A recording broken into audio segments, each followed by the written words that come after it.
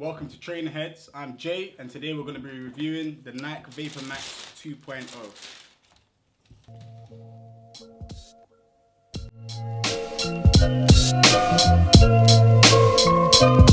Okay, so today we're going to be reviewing the Nike Vapor Max 2.0.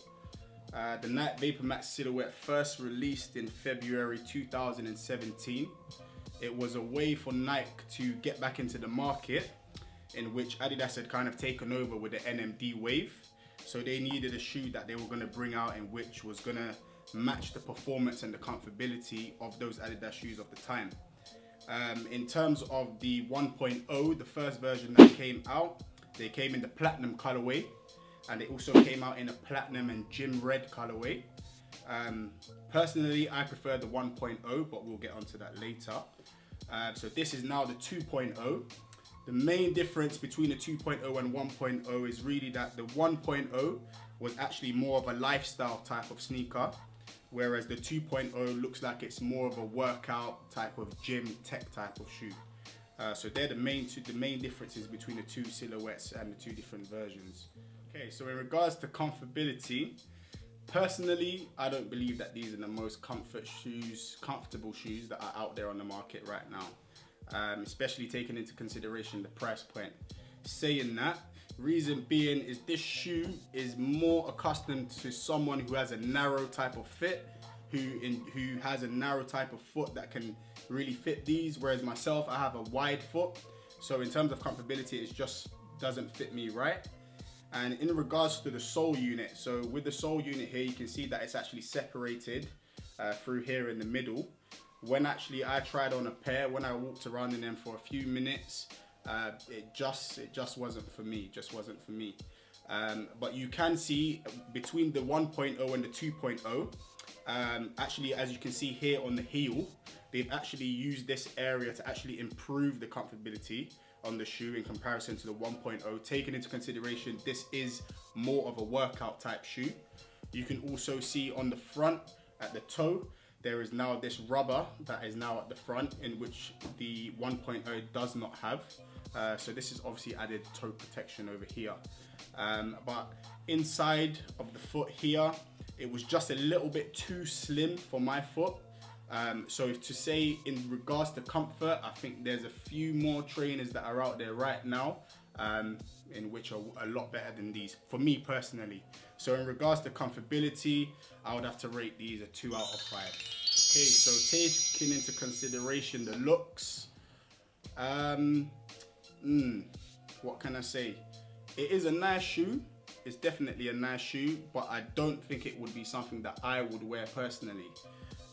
When they first came out, there was a lot of noise about them. You know, the platinum colorway, that's my favorite colorway of these. When they also came out with the Comme des Garçons, the pair that had the laceless, I quite like those. But I actually prefer the 1.0s to the 2.0s, but still I don't own a pair. So I don't like them that much to go out and buy them. But with this, in terms of the looks, you know, they're on Nike ID. So you can actually change the colorways, you know, change the color of the swoosh. You can have different type colored soles. So obviously that's nice and cool that you can actually make your own. You can have your initials, you can have your flag and those extra things. I do like the technology, the fly wire technology. I think it's a pretty cool concept. Obviously with the improved breathability of the shoe. So in regards to its practical sides, for a gym shoe that you're gonna wear, you know, maybe 3 to 5 times per week, I think it would do you justice really. But for me personally, the look is nice, but the look is a little bit too high for me. When I wore a pair, I felt like I was a bit of like, you know, standing on a bit of a cloud, to be honest. And I prefer something that's a little bit lower and a little bit flatter. But you know, when these first came out, there was a lot of noise about them at that time. You know, Adidas were dominating the market at the time with, you know, the NMDs, the CS1s, the Yeezys. So Nike really had to pull something out of the bag. So, but I think in terms of the look, they do have a real nice look to them. You can wear them in regards to lifestyle with some jeans, you know, give it a little turn up, or you can wear them, for example, for your running or in the gym. So looks wise, I would actually give them a 3.5 out of 5. Okay, so my overall rating of the Nike Vapor Max 2.0, taking into consideration all of the different factors, you know, it's got its advantages and they've got their disadvantages, you know. At the price point of £170, I think this would be a pair that I would most likely take a miss. Being, you know, in the market currently around the £170 mark, you know, you have shoes such as the Yeezys, in which I think are more comfortable. I think they're a little bit more stylish and they're just a little bit more in at the moment. When you take into consideration the look of the shoe, I do like the look of the shoe, but it isn't a shoe that I would personally buy for myself, seeing as I'm a person who buys more lifestyle and basketball type trainers. When you take a look at this shoe in terms of its, you know, the history behind it and how they introduced it into the market, it's quite cool. I think this is one of the most innovative designs that Nike has come out with in a long time, and I think it was absolutely necessary for them to come out with this type of shoe. You know, how they've adapted this Vapor Max sole onto, you know, the Flynit upper.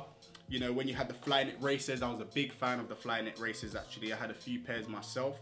So incorporating, you know, those two types of technology together and coming out with this shoe, I actually do really like it. It's just my personal preference. I just personally wouldn't buy this shoe. But it is a nice colorway. You can never go wrong with a black. According to the box, it's black, white, and dark gray. Obviously here on the heel, you have the black throughout the Flyknit with the white swoosh. If I was to change anything on this pair, I would actually make the sole unit all black and just have a murdered out Vapor Max. I think that will look pretty cool. I would probably buy them if they were made that way, so maybe Nike ID or whatever. But obviously that takes up the price point where you take into consideration Nike ID. So my overall verdict for this shoe, out of 5, I would give this shoe a 3 out of 5. But that's my own personal opinion. But I'd like to know in the comments down below what you think about this shoe. Do you rate it higher or do you rate it lower than I do? We'd like to know, so please do leave your comments down below, and we'll obviously try to see how we can get back to you and, you know, have a small discussion about that. The Nike Vapor Max 2.0. Like, comment and subscribe to Trainer Heads and follow us on all social media platforms. We hope to see you again soon.